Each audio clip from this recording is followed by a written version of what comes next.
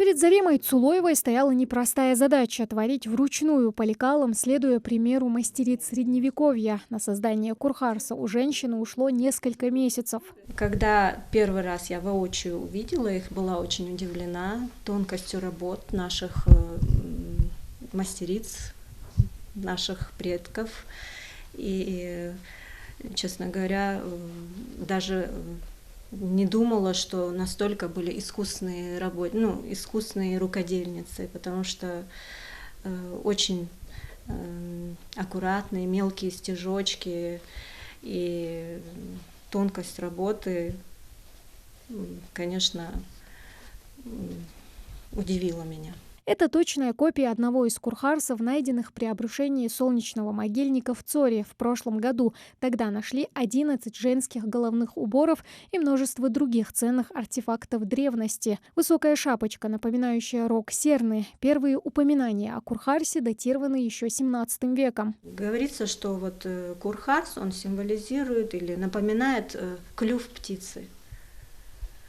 Раньше же и в орнаментах, и в быту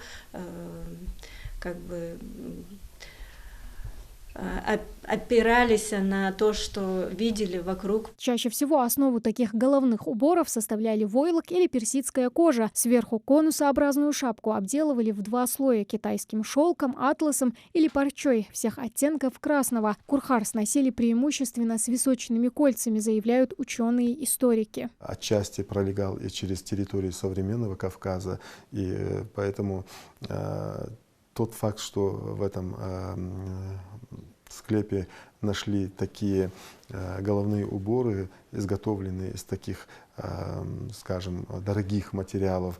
Это золотые нити, серебряные нити, шелк, холщовые ткани. Да? Вот это все говорит о том, что все-таки была какая-то интеграция, культурное, экономическое взаимодействие с другими внешним миром. Традиционный женский головной убор использовали вплоть до 18 века. Дорогой элемент костюма. Он стоил от 5 до 15 коров. Историки до сих пор спорят о том, кто все-таки носил – замужние или незамужние девушки. Она была сплетена в косичку. Она служила для того, чтобы после того, как оденешь курхарс на голову, затянуть его, чтобы он не спадал. Все-таки наши предки, женщины были большие работницы, и они не сидели сложа руки, и воду носили, и